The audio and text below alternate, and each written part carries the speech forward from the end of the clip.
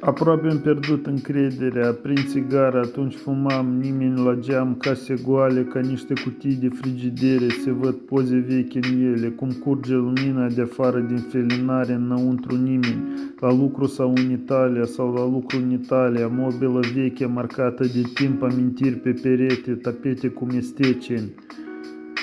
Flori vii și moarte, trandafiri artificiali s-au ofilit în vază pe masă. Tot e uitat, orașul ca o stafie la trasă, la stradă, la calea ferată.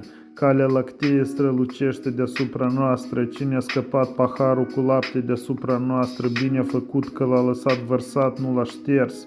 Avem și noi un cer, mușama veche ruptă în colțuri de masă, mușamalizează cazul. Podele rupte și ele, iarna printre zăbrele, ieșirea din casă, o loagă neutră, vopsită în albastru, stele curg pe pervazuri. Se reflectă în iarnă, în ochelari la omul de zăpadă, să vadă bine mașina cu pâine, fabrica lăsată lângă cale ferată, furată de comuniști, luată, pusă în gaș ca să-și cumpere mașini. Eu scriu poezii despre acești spini, mărăcini din margine de oraș care nu trebuiesc la nimeni, totuși cineva i-a lăsat să fie printre noi. Cine? Frigul lasă trenul lui Bujor pe obraj, trenuri vechi uitate, pierdute la stații, se aprind din mers între sate, unesc orașe și țări, totul vândut aici, pierdute, uitate, deraiază constant, viața a deraiat. Trenuri oloage, felinare, chioare oarbe ne privesc. La iazuri lumea se odihnește vara, acum e înghețat, avem un lac blestemat. Murdar tulbure ca zilele vieții, mașini vin de deasupra, trec peste noi.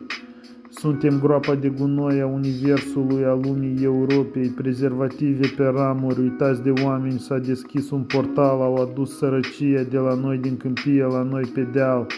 Trenul fantomă, senzație de vomă, la noi în stație. Oameni văd suferința reală, cum se taie carne, cum curge sânge, ca pișatul ne preligem prin viață seara.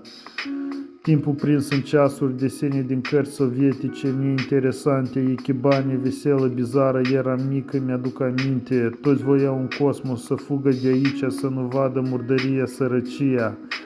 Griji, nevoi, lipsuri, tot e simplu, gard din paie, acum gard din sârmă. Clădiri pustii, fabrici goale, cineva le-a tăiat glandele, oraș viu, organism, nici vorbă de turism, prin centrul orașului cu picioare goale ca pe gheață. Sticlă sfărâmată intră pe sub pleoape, plânge sânge pentru cine ascultă orașul sincer, dacă ești simplu.